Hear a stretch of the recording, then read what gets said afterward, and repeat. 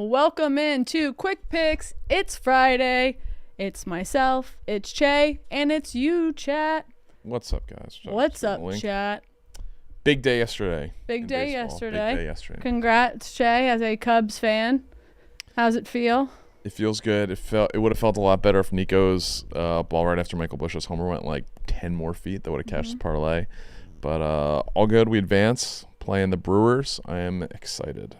Series starts Saturday, and they break Sunday, which I love. They're not gonna run into NFL. The buzzsaw that is the National Football League, except on Monday Night Football, of course. Yeah. What'd you think of that game last night? Were you expecting anything near that outcome? The football game? I was not. I was expecting a ramp blowout. So, I mean, hey, credit to Kyle Shanahan. He used to have McVay's number. McVay had won the last couple. And, damn, Mac Jones. I hit a 13-1 parlay last night. Did you? I did. What was it? It was Williams to score, McCaffrey to score, Nakua to score, an alt line for Matt Stafford passing. I think it was a 220, and then Devontae Adams receiving over 50, which I didn't get until He had 11 yards going in the fourth quarter. Yes, until the fourth quarter, and so that cashed, and it was a ghost. I had a ghost leg too, so I was like, well, if that doesn't end up hitting, at least I'll get a little bit back. But it was a nice little payout. It felt good to get a little bit of money back. Nice. And now let's get a little bit of money back going into the weekend. My play will be on Saturday. I'm taking the Alabama Crimson Tide minus 10.5. And I haven't ran to bet the Tide over a touchdown in quite some time, but I love this spot situationally for them.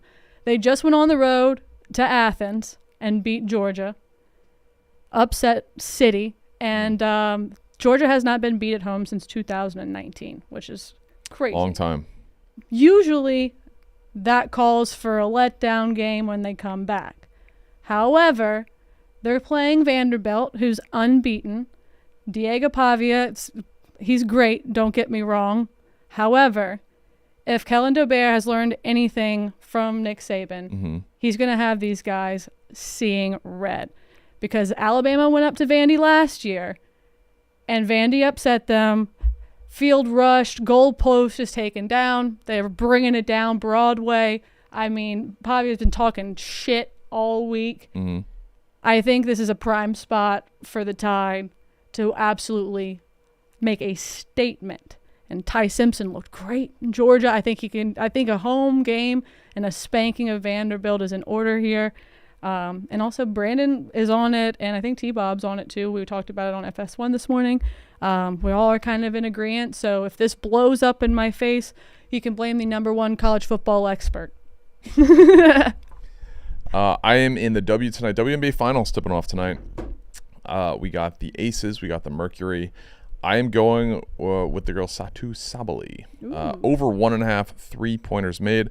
It's a little juice. It's minus 135, but she has done this in 5 of her last 6 playoff games, averaging 2.7 made threes a game. And she also cleared this number 3 of 4 games against the Aces this year. So the volume is there from an attempts perspective. The results are there too, and the history. So give me Satou Sabally tonight. Let's make 2 threes or more. And Dougie, what do we have from the chat? Play, or are you gonna give it? Are you gonna bless us with something? Chat play. Okay. Chat play. What do we got? First one in the chat is Dodgers tomorrow night against the Phillies. Shohei on the mound. Right now it's plus odds. I believe it's like plus 107 around there. Plus 108. Yep. All right. Yep. So that's what they got. So we have Dodgers money line. We have Satou Sabally over 1.5 3-pointers made. And we have the Alabama Crimson Tide minus 10.5. And that parlay pays at plus 562. Doug beat you to the punch. Plus 562. Dougie applesauce quick on a Friday. Put it in the betting group right now. We had a near miracle last night with Jameson Taillon going the distance. So I found this prop. Doug was on the show yesterday, and we talked about Megan, this. you missed a heck of a Che appearance. I saw him later in the day, so I had an appointment, came in a little bit later, and I saw the child's pants he stole. They're actually men's pants. They were actually game worn in the 80s. Ew. Yeah. That's weird. Oh, another you don't man's like vintage stuff? another You don't man's stop at a thrift man's store? ball sweat and your. Do they wash wash it? several times. Yeah. But the I've way you washed. said game worn made it seem like it was fresh. From the 80s? Pants might be older than me. Maybe. But we almost got a miracle yesterday with Jameson Tyon. I called this out. I texted Big Cat with the message alert because the odds for Jameson Tyon, who's starting game 3, to record a win, which I know you have to go 5 innings and be in the lead for, was 17.5 to 1. So I was like, this is weird. This seems mispriced. Like, typically it's like plus 150, plus 210, something in that range is normally what you're going to see. I'm obviously a baseball novice. He explained to me elimination game, like they're probably going to go to the pen early. So the over-under on outs was 9.5. But he went 4, and he was going strong. Like, he mowed down 1, 2, 3 in the third. He gave up a double in the middle of the fourth, got out of it, next batter, and was good. But they pulled him going into the fifth. Had he gotten that fifth, it would have been been a 4-fig payout. Fair boy. I hate that miracle didn't happen Tough. for you, Che. Tough. But That's how it goes. it could have happened. That's how it goes. Will you like MLB playoffs moving forward now that your pods are out? I don't know. Maybe I'll hop on and be like, stay on the West Coast vibe and be a Dodger. Okay. Support I mean, Shohei. that's in the parlay. So if the Dodgers win tomorrow. Yeah, maybe that. Maybe I'll stay a West Coast net. I don't know. Anything else you want to talk about, Che, before we get out of here on a great Friday?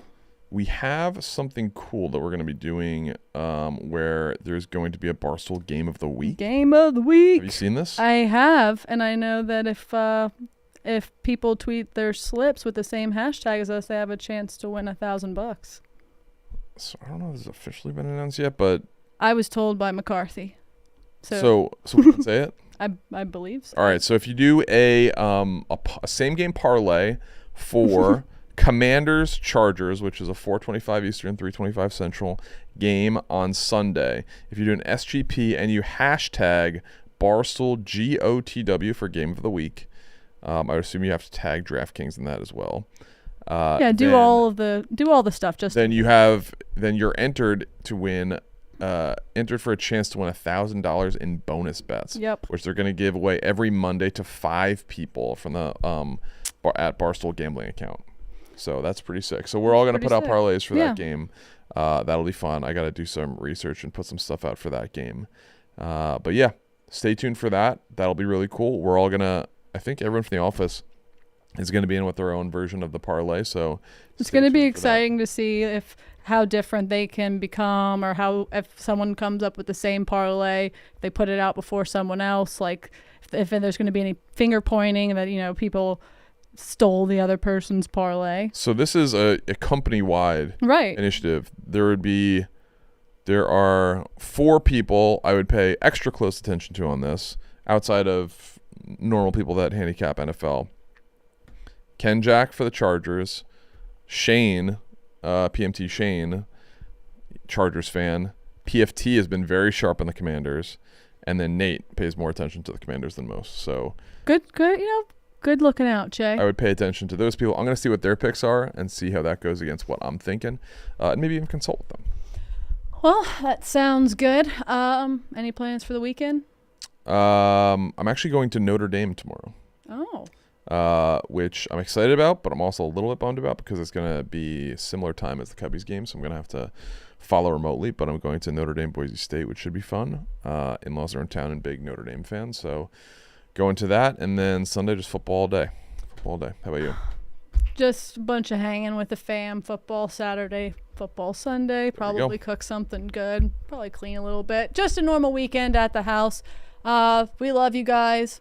And shout out DraftKings, the best and only sports book. Make sure you're in the Barstool betting group so you can see all of our picks. Thanks to the 67 people who rode that parlay last night, because if you're in the betting group, you can see all of that. So shout out to you guys. And again, Game of the Week coming up. Chase said all that you need to know, and you'll just be on the lookout for all the Barstool personality slips. And give your 10-second thoughts on Jimmy Fallon. I think I'm going to go home. You're not Fallon? You're not for? I feel like he's a very polarizing. Doug, what are your thoughts on Fallon? Hey, let me ask a follow-up question. If you call Jimmy Fallon your GOAT, you would have to have seen Fever Pitch. He was my favorite SNL person. But you That's got to see Fever Pitch. I was referring to he was my favorite SNL person, and I watched The Tonight Show with Jimmy Fallon during my lunch breaks, often at my previous job. Yeah, I didn't watch. Okay. I didn't watch a lot of talk television, so. Don't really have an opinion. SNL, like no, late 90s, early 2000s? Really, no, not really. I was. What's your favorite Jimmy Fallon sketch? Debbie Downer, maybe. That's a good one. That was a very good one. The tight like pants. How he cracks? I do. I think that adds to it. As someone that is watching and is obviously not, they're doing performative sketches that are supposed to be serious, but I think when people laugh, that makes me. I like when outtakes happen, like in Rush Hour, like when you see the Jackie Chan, Chris Tucker stuff at the end. That stuff is as funny, if not more funny, than stuff in the movie, which is already a very funny movie. Am I wrong? No, I kind of agree with that. People would disagree because they would say they're not doing their job correctly. Out of my mouth? They're not. Their job is to make people laugh. If you're gonna be Lorne Michaels and try and be their boss and be like, you shouldn't do this, but it makes people laugh, then that's up to you. But that's not how I roll. That's not how Che rolls. That's not how he likes his sketch comedy. And how I like my sketch comedy is just watching lay mascots or anus. That's what I do. That's all I got. It's also Saturday Night Live. The live aspect, that's part of the intrigue. If it's not, it might as well just be pre-taped and let's just edit it. What on the Yak? Who would you tag as the Jimmy Fallon character, Megan? I don't think. I don't know. I don't know. It's not Brandon Walker. I'll just say that. I haven't. Again, I don't. It's. I get it that it's not sketch comedy. I 100% understand that, and so Brandon laughing doesn't quote unquote ruin the vibe for anyone. What I'm saying is that when Brandon moves his mic away and laughs, that from a guy who's cutting the social is a lot of times our funniest stuff. And it adds to, in my opinion, and a lot of people have said this in comments too, it adds to the appeal of what happens. So if Nick or if KB or if Big Cat or if Tice or if anyone says something and Brandon cracks up, that helps. Like, for example, the in here, when I did the Chris Tucker impression the first time, that's pure comedy. That's an okay clip. That's an okay clip. Objectively, that's an okay clip if Brandon doesn't laugh. The way that Brandon laughs in that clip makes that an A+ clip. And that's not me. That's his reaction. That's Che not giving any credit to himself. Do it again. I haven't done it in so long. Do it. God damn! And that was Quick Picks. See you guys on Monday.